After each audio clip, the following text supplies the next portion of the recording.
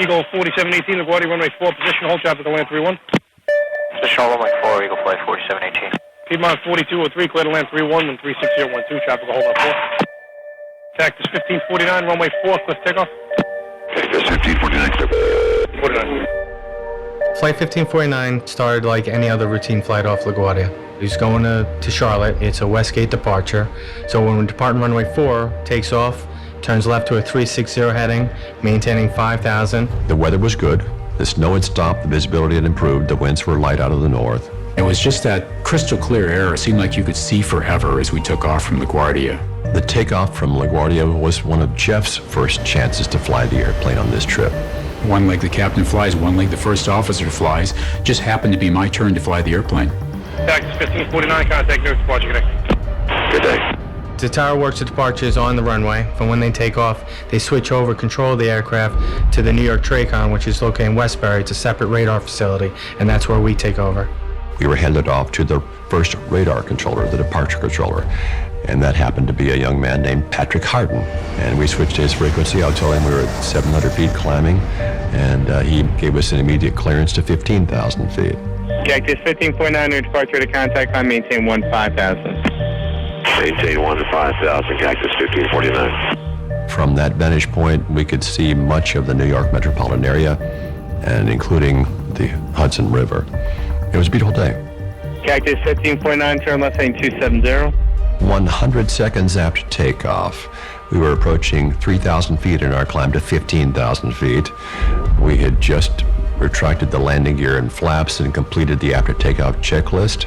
And I remember my attention being drawn to something that was slightly above my eyesight and slightly to our right. And it was this line of birds. These were large birds, a large flock of Canada geese, and they weigh 8 or 10 pounds with 5 foot or 6 foot wingspans. And they are far too close to fly around. And it was only a moment later that I heard Sully say birds, and then we just started hearing them impact the aircraft. I could feel and hear the thumps and thuds as we struck the birds across the leading edges of both wings and into the center of the core of both jet engines. Immediately, I could hear terrible noises I'd never heard in an airplane before and feel terrible vibrations. And then within seconds, I could smell coming into the cabin air the burning bird odor from the engines. And it was a split second later, but it was a second later. Both engines just suddenly lost thrust. The thrust loss was sudden, complete, and bilaterally symmetrical. In other words, it happened with both engines failing simultaneously. And I could hear the sickening spin down of the turbines as that occurred.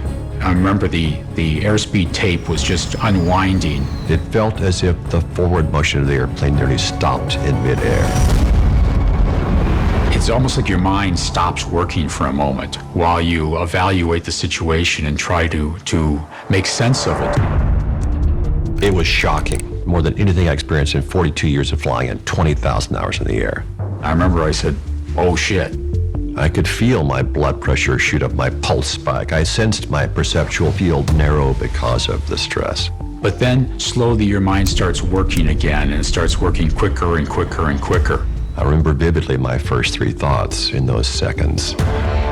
This can't be happening. And that was followed immediately by, this doesn't happen to me. And then my third thought was a realization that unlike every other flight I'd had, this one probably would not end on a runway with the aircraft undamaged. And I was okay with that, as long as I could solve the problem. Sully instantly started the auxiliary power unit. It was imperative that we not lose electrical power. That is something that's in the checklist, but it's down in the checklist. It's not something that you instinctively do or that we're trained to do as a memory item. But in our case, his starting that APU was very, very important to us because it requires a lot of time to start, and time was something that we did not have. And then I took control of the airplane. I said, my aircraft. And even in the heat of the moment, Jeff responded verbatim with our important transfer of aircraft control protocol when he answered, your aircraft. And then I said, get the QRH. So I instantly reached for my quick reference handbook and started to look for the dual engine failure checklist. And then I made the one radio call. Mayday, mayday, mayday.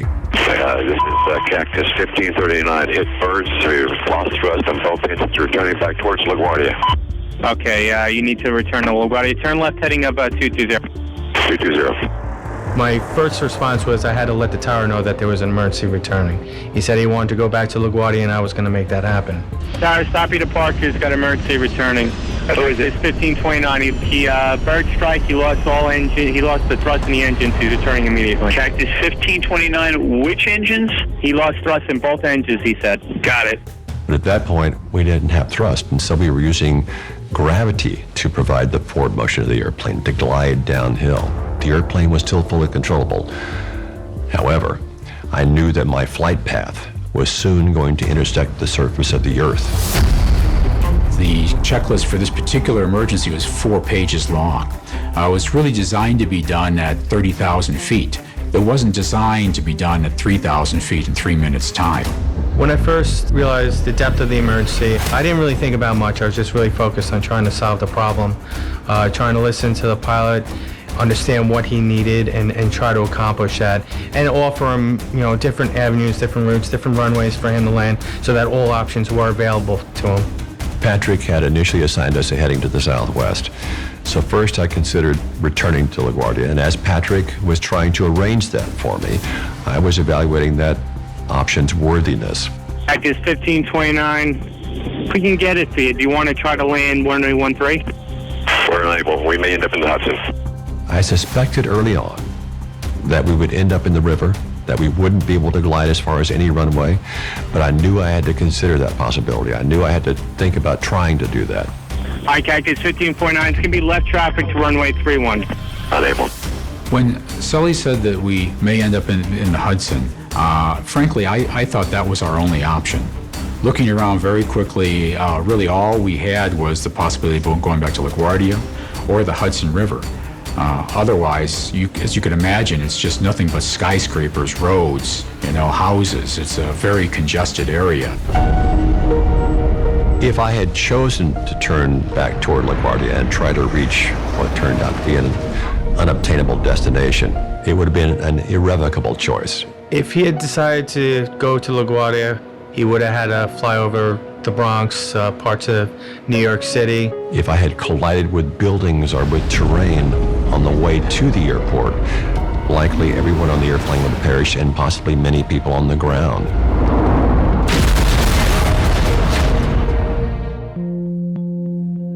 What's over to our right? Anything in New Jersey? Maybe Teterboro?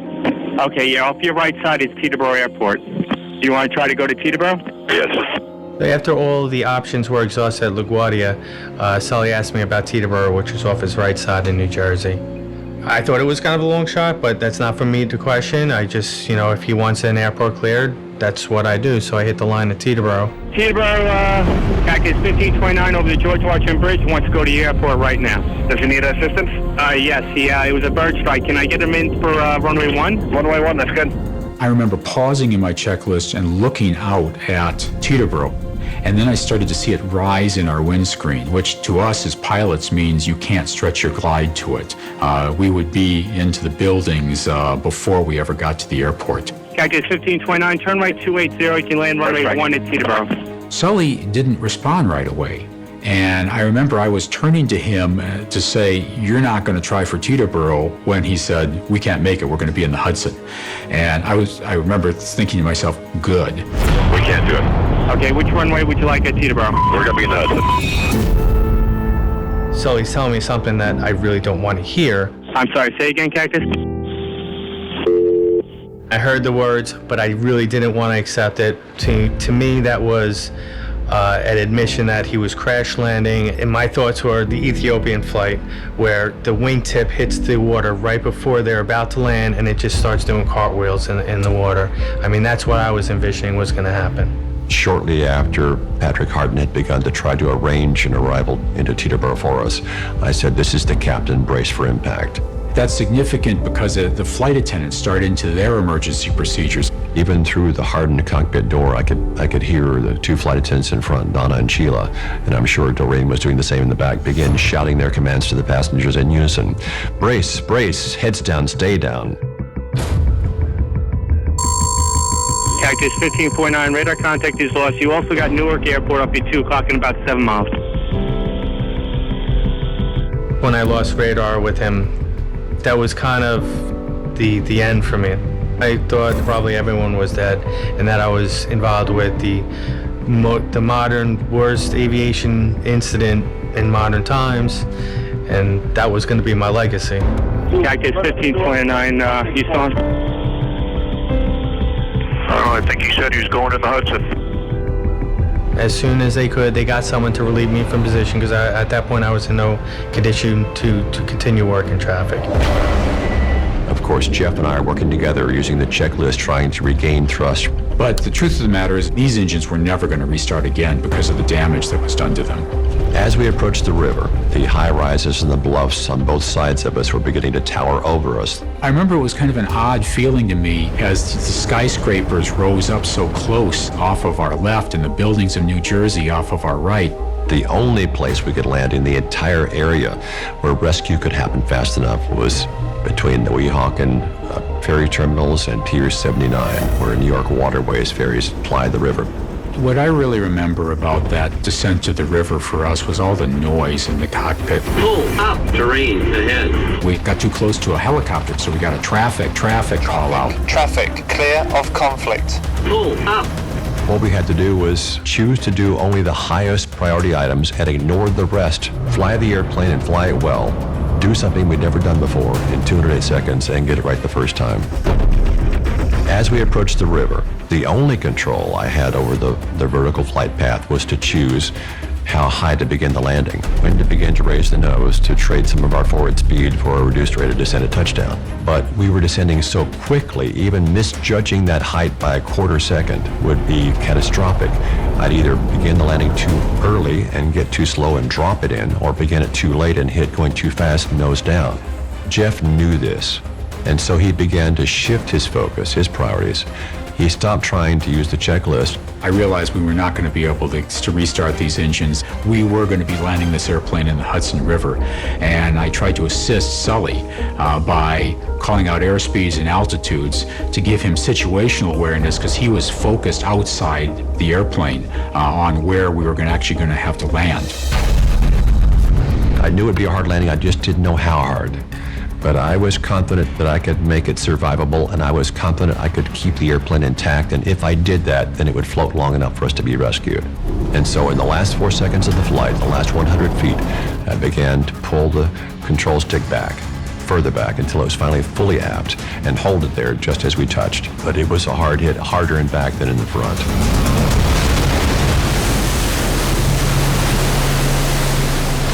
When we landed in the river, it seemed like the nose of the airplane was going right for the bottom. Water cascaded up on the windshield, but then almost instantly it just popped up. And I remember it rocking back and forth kind of in the waves from the touchdown. It was obvious to Jeff and me that when we stopped in the river, the airplane was intact, it was stable, it was floating, and people were probably still okay at that point. Sully and I both looked at each other and we were just surprised that it had worked out so well. At that moment, Jeff and I turned to each other in the cockpit at the same time and the same words said, "Well, that wasn't as bad as I thought."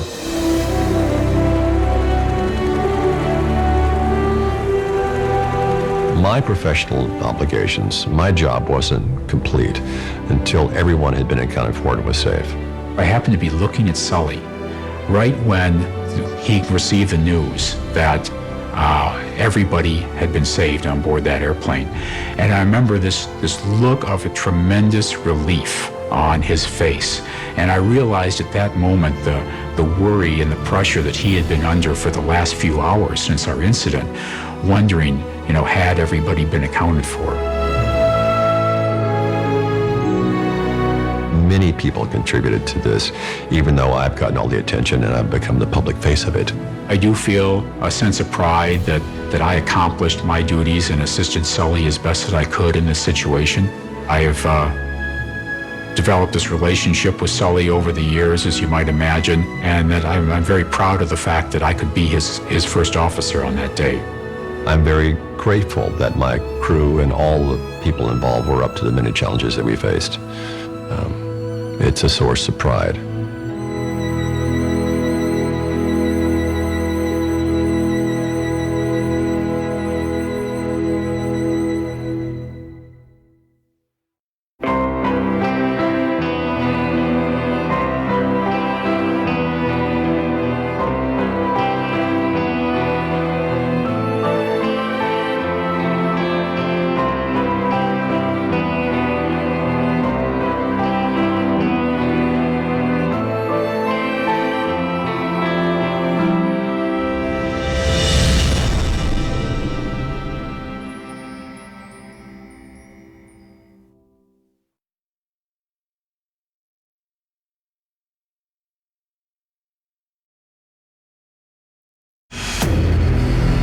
This event happened when I was 57, almost 58 years old. I'd been flying airplanes for 42 years. I had 20,000 hours of flying time. And in all that time, I had never experienced in flight the actual failure of even a single engine. And I thought it would never happen to me. I was wrong. And I knew in those first seconds that this was going to be one of those events that divides one's life into before and after.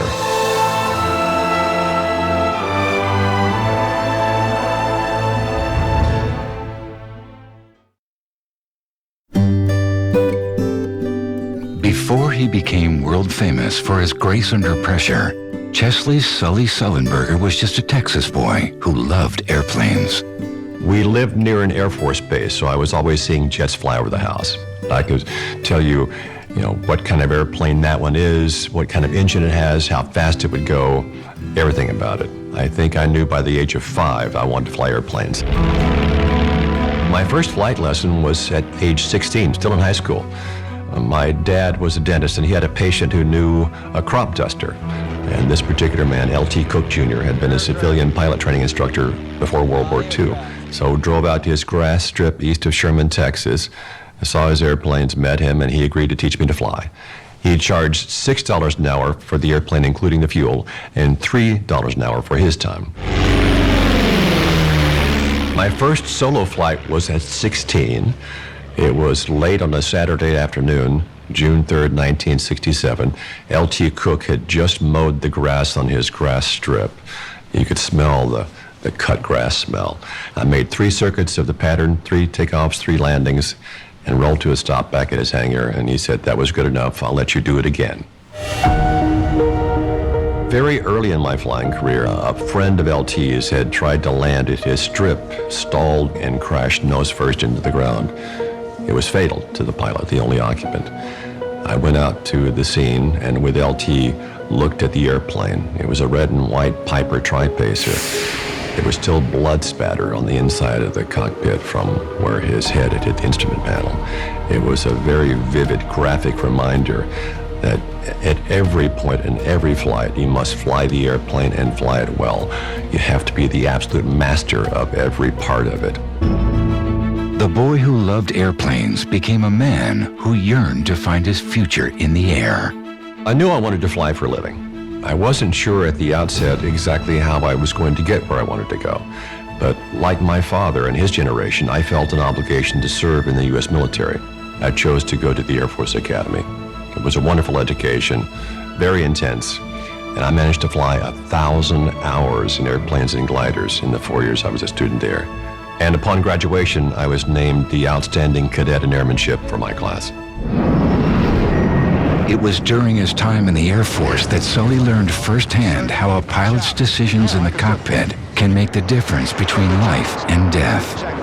I had about a dozen friends and colleagues who lost their lives in airplane accidents during their time that I was in the Air Force. Knowing people who died in aircraft accidents is a terrible weight to bear, but it's also a great motivator. It gives real meaning to the need to continually improve, to continually learn. It's that dedication, that discipline, that diligence, and that's what the best pilots have.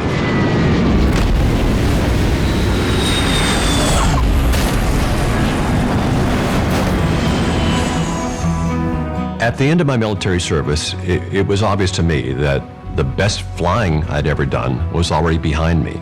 If I stayed in the Air Force and wanted to be promoted, I was going to have to concern myself more with haircuts and shoe shines in the peacetime military than with flying. And so I chose to leave the military after my service obligation was complete and applied to become an airline pilot. It's quite a transition to go from being a military pilot, especially a military fighter pilot, to being an airline pilot, because we go from an endeavor that is inherently risky to one in which we avoid almost all risk. But being an airline pilot is very satisfying in its own way. At the end of a flight, to have taken several hundred people where they need to or want to go. You literally hold people's lives in your hand. Sully met the love of his life appropriately enough at the local air traffic control center. We both worked for the same airline. It was PSA, the one with the smile on the front. And my airline and other airlines had sent a pilot and an airline marketing official to the Regional Air Traffic Control Center. I was a marketing person, and Sully was the airline pilot that was assigned to come that day. He had flown a red-eye the night before, and so he was pretty tired, unshaven, was red-eyed. I asked her out, and she said yes.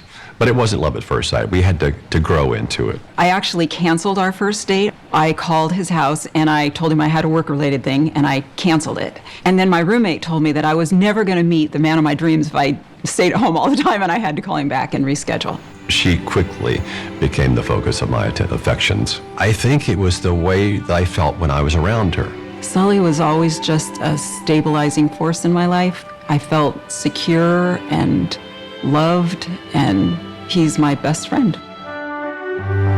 In order to start the family they both dreamed of, Sully and Lori had to take the road less traveled. Sully and I worked for a long time to have children, and ultimately we adopted both of our daughters. We were blessed with the gift of girls. It's been a lot of fun seeing who they turned out to be and seeing the beautiful, strong, intelligent young men that they are. Sully's devotion to his career meant having to accept certain sacrifices when it came to being a parent. Being an airline pilot, I was gone about 2/3 of every month for 30 years. I missed a lot of the first things, the first words, the first steps. And of course, early in my career when I wasn't very senior and didn't have a good schedule, Christmas was always the day when Daddy was home, regardless of the number on the calendar.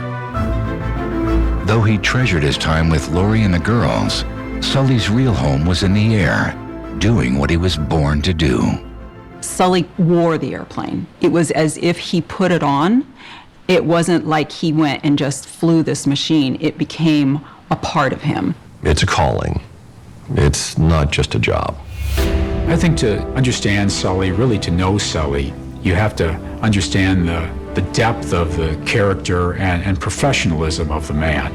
And I know when I flew with Sully, every hour, at precisely 56 minutes past the hour, he would call up the latest weather. When you're flying to a destination that might be even 4 or 5 hours away. And we have to input the temperature, the air, the pressure, the wind speed at the airport into our flight management computers to get our approach speed. All that matters is the last one that you put in before landing. Before that, it doesn't matter. And yet, every hour, at 56 minutes past the hour, he would get the latest weather, he would load that computer, only to do it again an hour later. That kind of devotion to your job, going that extra mile, I think is what makes Sully truly great as an airline pilot. For Sully Sallenberger, preparation is everything. He has a distinct dislike for surprises. Sully is a man who likes to plan. He likes to have everything within the box. When we fly in small airplanes privately, the two of us, he flew us down. Actually, we did a big hike one time, and I'm not fond of flying in smaller airplanes. And I didn't want to go. And I had said to him one day, oh my gosh, they're never going to find our bodies out here. And he said, oh no, I've had an emergency landing site in sight the entire trip. Everywhere we went, I knew where I could ditch the airplane to. So in the back of his head, he's always planning for that eventuality. But on January 15th, 2009, the man who loved to plan faced a challenge he could not have prepared for. It was shocking. The startle factor was huge. He may have had to improvise, but I think he had planned for that day for 40 years. Everything I'd done in my life contributed to the success of that flight. He had investigated accidents and has memorized them for years, and so he has studied what went right and what went wrong. Having studied in detail many previous accidents, it's obvious that above all else, fly the airplane and fly it well. If that isn't done, nothing you do after that will be sufficient.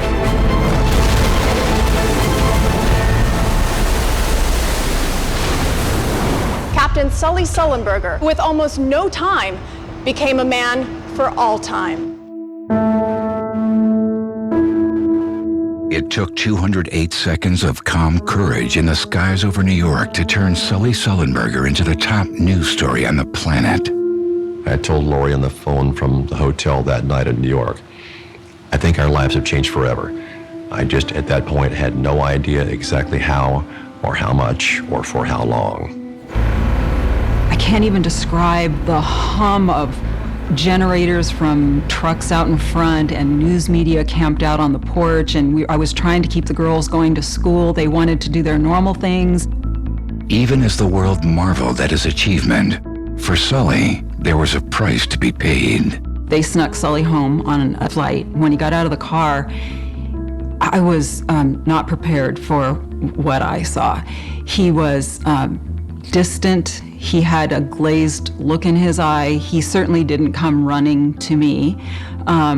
He had very dark circles under his eyes. He had lost 13 pounds in the 48 hours since the accident. So he was gaunt and distant, and I eventually went to him, and when I gave him a hug, he said, "I hope they know I did the best I could." It was hard the first couple of nights. He had nightmares, and it was hard for him to kind of settle his brain, and he was under a doctor's care because his heart rate and all of that was so elevated at the time. My resting pulse is normally in the 50s. For 10 weeks, even under a doctor's care, it was 100. My blood pressure resting is normally 108 over 68. For 10 weeks, it was 160 over 100. I would try to read a newspaper or a magazine article and end up rereading the same sentence 5 times, never completely grasping it, finally giving up. When Flight 1549 happened, I was 14 years old. I was in 8th grade. My dad was different the first few weeks in a sense of he was a lot more quiet, I would say. I think he had so much going on in his head, and for a 14-year-old, I don't think I necessarily appreciated that as much as or understood that, I should say, as much as I do now. Your brain goes into a protection mode, and I think for a long time, the girls, myself, all of us had some post-traumatic stress. I know a year later, we went through a lot of migraine headaches, our hair started falling out, all of those kind of things. For those involved in Flight 1549, the shock of being world famous overnight took some getting used to. What we lost was our privacy. What we lost was our old lives. In fact, many of us on the crew initially were saying in those first few days, I just want my old life back. Sully's a thoughtful, smart, quiet guy that's not seeking the limelight. I think that's hard to kind of step into that role. It required us all to very quickly learn a new way of living an entirely new life. And it meant that we had to develop new skills and get better at old ones to be able to be public figures on the world stage. It was definitely weird at first and trying to figure out what exactly this all meant for our family, and I don't think we ever expected to the extent that this story was going to resonate with everyone else. We realized that this wasn't going to be your usual 15 minutes of fame and then fade from the news cycle, that this was different. And once he kind of became a public figure, he couldn't go to the store to get milk. A 20-minute trip would turn into a 2-hour trip just because everyone was stopping him. And, when you're in such a great story, you don't want to brush those kinds of people off. It's, it's such a personal connection, especially when you're going in your hometown. People feel like they have an extra special connection to you. We had gotten into a disagreement about something, I don't even remember what, and I was irritated with him, and so I had gone for a little walk, and I ended up down in the plaza down the way, and I was just wandering around, really, and wandered into this store, and this woman, I could tell right away that kind of look of recognition, and she said, "Oh, you're, Captain Sallenberger's wife, aren't you?" And I thought, okay, today I'm just going to be really authentic, and I said, "Well, yes, I am, but I'm a little irritated with him today." And she said, "Oh, honey, you should just forgive him because he's such an American hero." For Sully, no adjustment was more difficult than learning to accept the H word. When people called me a hero, I resisted it. Initially I thought it wasn't appropriate. But with time, I certainly began to understand better people's need to feel a certain way about this event.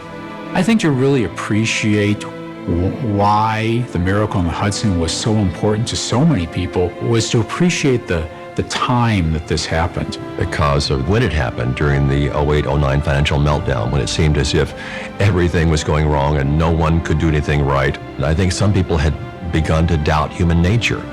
wondering if it was really mostly about self-interest and greed.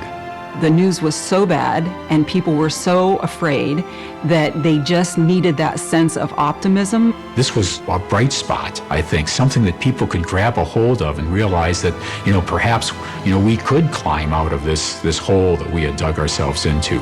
At a time when the world needed hope, these people made it their mission in life to see that good was done and lives were saved. I think that's why, years later, we're still aware of this flight, because of the way it has a continuing power to touch and inspire people. Dear Captain Sullenberger, our son Connor was born 2 years to the day after that fateful flight. Connor wouldn't be here if you weren't there to save his mother that day. As the plane came down, I was sure I would never see my children again. I'll always think of you like the guy from It's a Wonderful Life. You'll never know how many lives you've touched. Thank you for saving my daddy on the plane. Grandma didn't make it to Charlotte to visit me, but she said not to be mad at you. God bless you, Sully. God bless you, Sully. God bless you, Sully. God bless you, Sully. God bless you, Sully. In the first weeks and months, we received, I think, 50,000 communications, letters, emails, faxes from people around the world. Our house was covered every surface, every counter, every table for a year. One of the first ones I remember was I received a $5 bill in the mail, and it had a little brief note in it. It said, "Congratulations, enjoy a beer on me, although a cheap domestic one." Letters come to our house without our street address on them. They're simply, and from Europe, they're addressed Hero Pilot USA, and they come to our house. One woman from Sacramento wrote us and said, "In the last 6 months, I'd lost my job, I'd lost my house, my father passed away to cancer, I had lost my hope. You, sir, gave it back." For the Texas boy who dreamed of flying, the decision to hang up his wings was bittersweet. I had said to him that I felt like he could do more for the profession from a safety standpoint out of the cockpit and not in the cockpit. He didn't have to do any more. He didn't need to fight anymore. He didn't need to try to help anymore. He couldn't change the whole world. It's not all on his shoulders. It was time for me to leave the airline. Quite frankly, every time I would fly as a public figure, it was noticed and it was kind of disruptive. People heard his voice or his name and then, wanted to come up and say something or take a picture. And so, that's a delay. And it also was time for me to take advantage of other opportunities. I think we know that now he has a greater voice. It's given me a bully pulpit to be an advocate for things I've cared about my whole life. For the safety of the traveling public, for the status of our beloved piloting profession. It's an obligation, I feel, that given this opportunity, we owed it to all our colleagues still working in the industry to speak for them. Not to do so would be a dereliction of duty. From the 16-year-old in a Texas biplane, to the gifted Air Force fighter pilot, to the hero of the Miracle on the Hudson, Sully Sullenberger has excelled at whatever life threw his way. But his favorite role remains family man. Someone early on asked me what my epitaph should be. And I said, husband, father, pilot. After 30 years, he still looks at me and says that I'm the love of his life. And with all of the accolades and the stuff that has happened to him, none of that matters to him because it's me or the girls that matter. I think that tells you the measure of the man as well.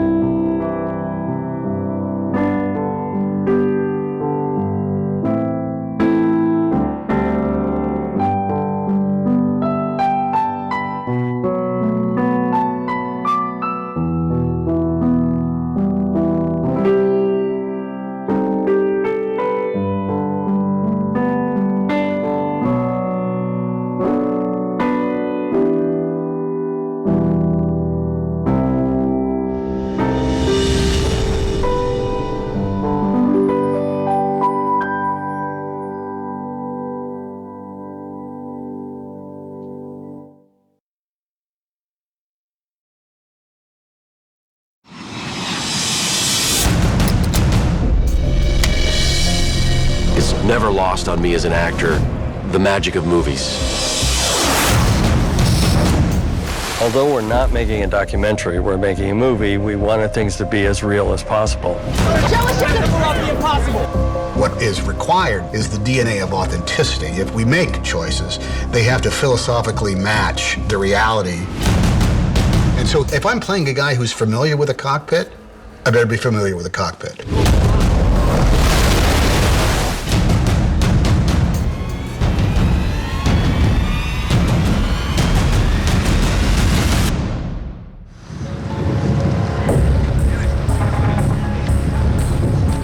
This whole adventure started with Frank Marshall, who gave my business partner and I, Kip, Sully's autobiography.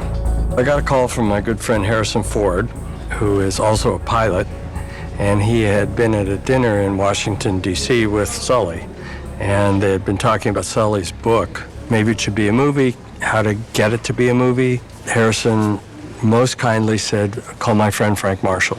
We all read the book and couldn't decide whether or not we thought it was a movie. It was obviously a compelling tale, but it was kind of things everybody knew. When I found out that we were going to do this script, I thought, well, first 10 minutes of the movie is the crash, then what do we do? But Kip and I decided, well, let's just go see Sully.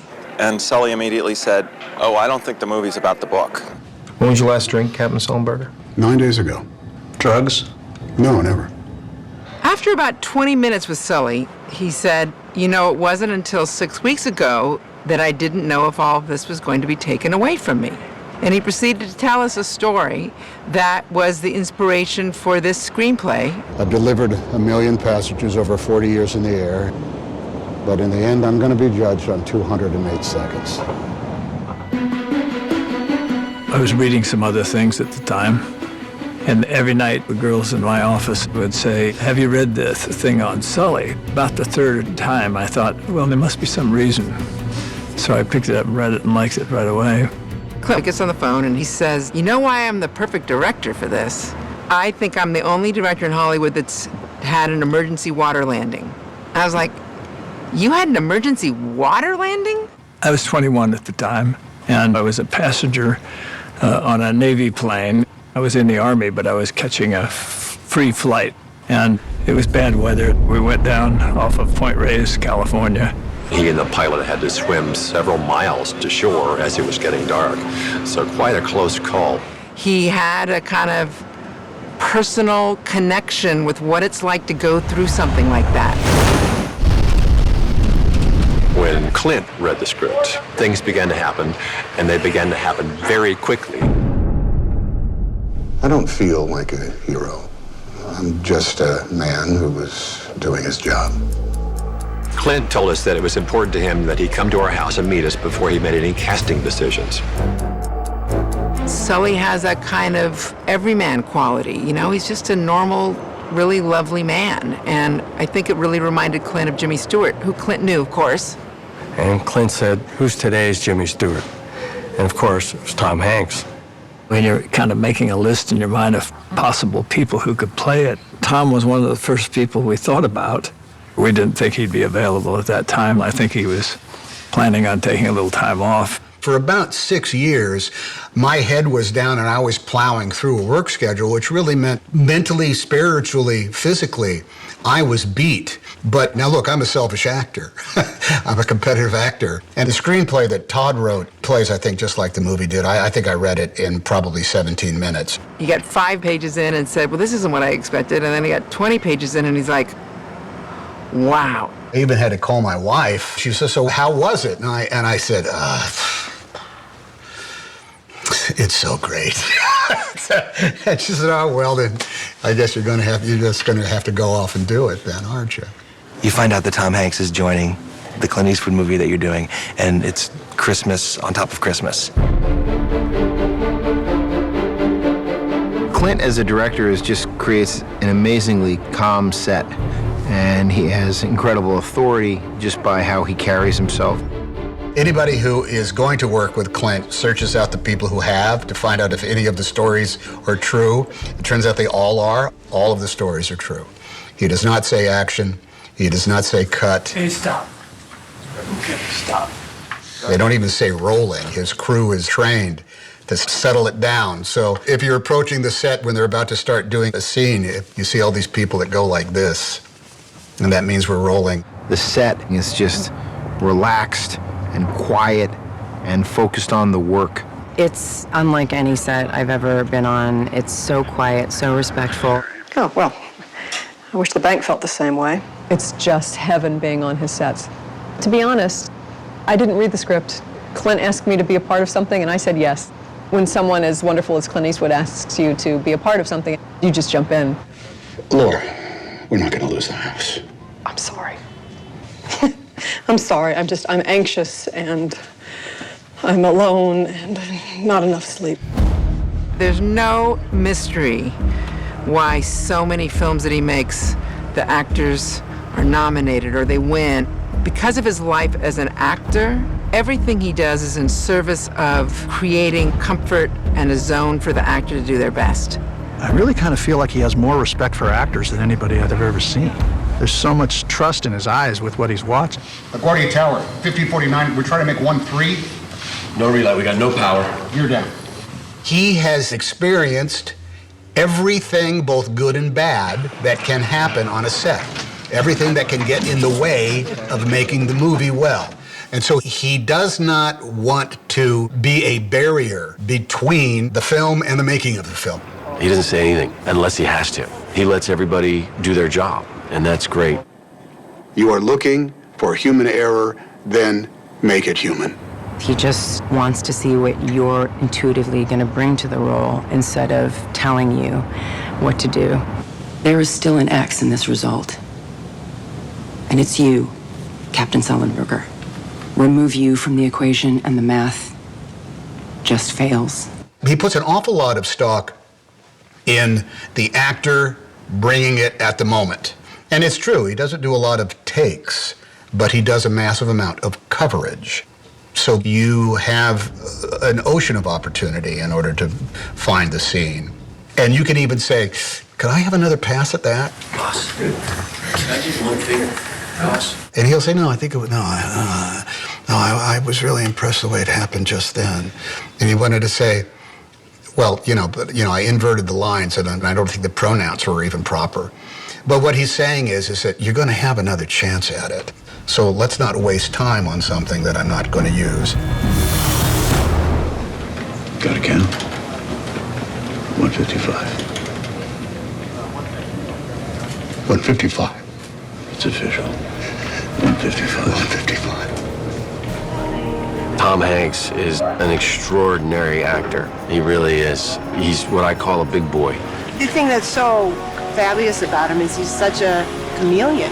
Tom, of course, is someone who can transform himself, and he will become the character. It's kind of eerie to watch the monitors and see how much he is like Sully. I feel like he just suddenly starts to channel him. He just sort of sinks into the character. His face changes, his eyes change, his voice changes. This was dual engine loss at 2,800 feet, followed by an immediate water landing with 155 souls on board. No one has ever trained for an incident like that. No one. You're always intimidated. Look, you walk away from something, you say, I'll never sound like him, I'll never look like him.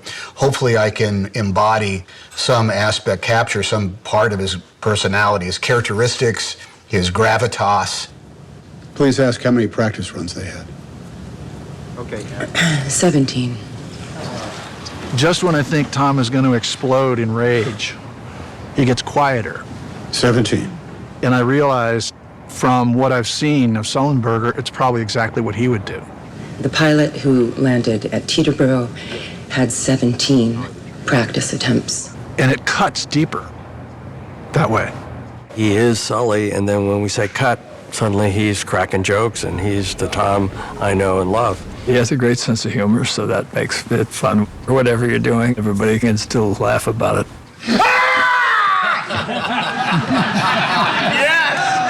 Yes! Everybody loves being around him. He has a joke for everybody. Aaron Ekhardt, screaming co-pilot. He involves everybody. Brace for impact. He's a guy who's conscientious about the energy and people having a good time. but he's absolutely specific and thorough with his work. I've played a number of people who are still alive. So I've had that experience of going to somebody's house and saying, hey, for good or for bad, I'm playing you in this movie. I hope you've made your peace with that, because they almost always want somebody else, you know? They always want somebody bigger, stronger, deeper voiced, something like that. But with him, I felt as though the hardest thing I would have to embody was the level of experience and the expertise that went along with that, because, man, he's got an awful lot of it. Tom and I went up north to the Virgin Atlantic simulator, and we practiced on that for a few hours. The simulator, it's the most lifelike experience you have. It feels exactly as though you're in a plane, and it looks so much like you're actually in a plane. It's amazing. It requires no imagination. The simulator is where pilots have to go again and again and again and again, and they've got to fly these planes, crash them, not crash them, whatever, and if they don't do it, they do not work at their jobs. It's not as easy as it looks. What do I do? Tom and I both crashed horribly. Oh, there was crashing going on, without a doubt. Caution, obstacle. We crashed the simulator. We didn't break it, but we crashed it. It was great because we had the actual flight plan of this flight with the birds coming in. Birds. The bird strike happened at the exact same time, and it wasn't anything other than a kind of like flip, you know, it went like that. And luckily we had the flight plan. We knew what we were supposed to do. We pushed the buttons when we were supposed to push the buttons, which we worked on a lot. Are they actually manually moving the rudders at that time? We didn't want to look like guys that don't really know what they're doing. What do I say at 100? We didn't want to just touch a button if we did not understand what we did. So Clint could not say to us, hey, reach over and flick some buttons for it. We wouldn't, no, they didn't do it. We would never do it. There's no reason to. Pull up. Race. You do get a sense of how short a period of time it was.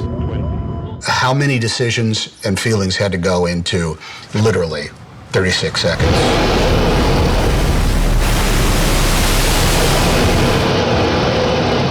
It scared the living daylights out of Aaron and myself because we thought, how are we going to make live these moments when we're in a static cockpit on a film set?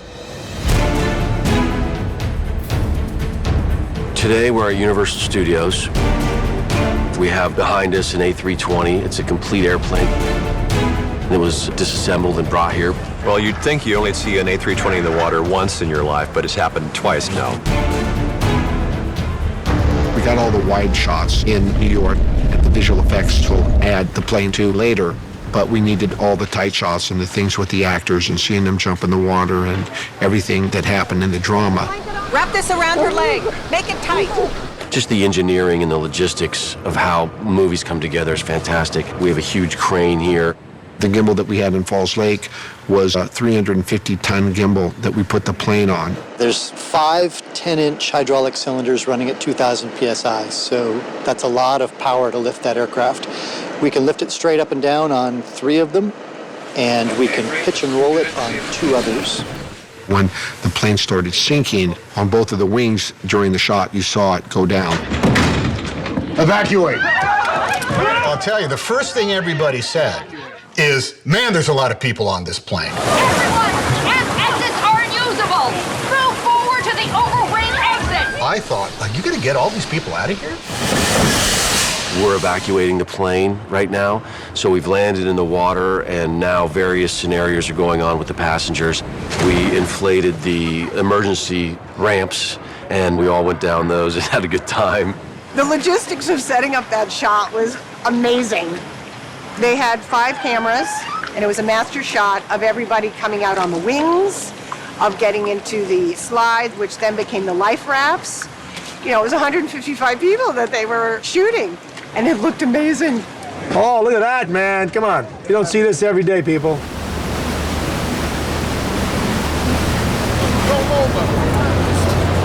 We also built a couple facades for some of the ferry boats that we could bring up and match. Come on, buddy. Sully himself and Laurie came to the set when we were up there, and they happened to be there just while we were shooting one of the life raft scenes. We had no rehearsal on it, so when we did it, kaboom, you know, it inflated, and then we did everybody jumping into it, and then we had to climb back up to it in order to figure out how to disconnect it from the fuselage.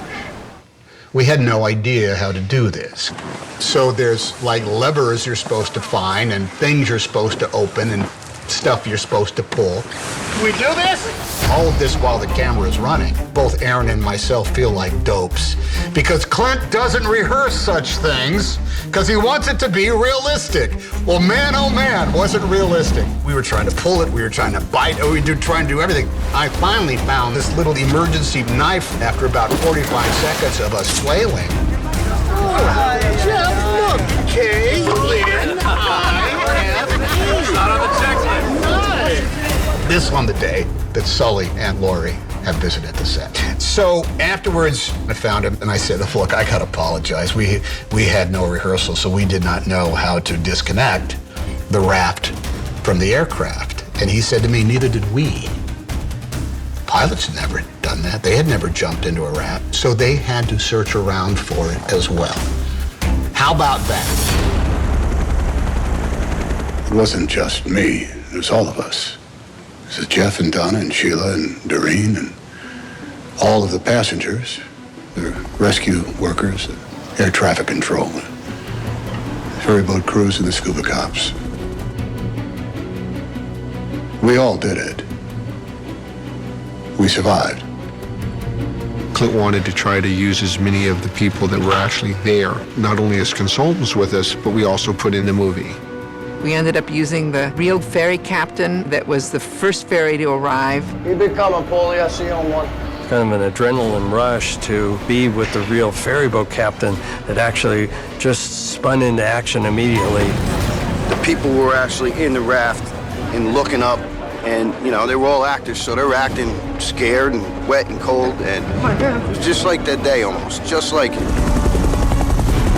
When we were in New York, we had the opportunity to use the real rescue divers. It was really a thrill to have the two real guys jumping out of the helicopter, reenacting what they did on the day. This is the job that kind of defines your career. I became a New York City cop to help people, and this was the opportunity to have that done and have it done on such a great event. Everybody wanted to be involved because the experience is such an incredible memory for them. It's really a highlight to not only my career with the Red Cross, but my career as a responder. They embody what it is to be a New Yorker. You show up, you work your ass off, and you don't ask for any applause. In the shooting of the movie, they just wanted to make sure it was captured correctly. They said, well, we have to have it be some way, so it might as well be the way it was. When you're recreating these events, it does feel a little bit like you were there. All those attentions to detail have been really important for Clint. We don't deviate very much from the real look and the real feeling. I want you to know I did the best I could. Everybody behaved to their fullest self on that day. Grab your life vest, please. And that's why it deserves the treatment it's getting with everybody that's involved in this movie, the high level of professionalism, the rescuers, obviously Sully and Skiles and everyone to a person is being matched by the movie makers. Clint had a very clear vision for how to tell this story. He said, I just get my idea that I want to do something and I just will it to happen. And as I've been on the set for the first time on a shoot, it's obvious to me that what really happens is he wills it and then 100 or more people create it and make it happen under his direction. It's really a loving army of artisans.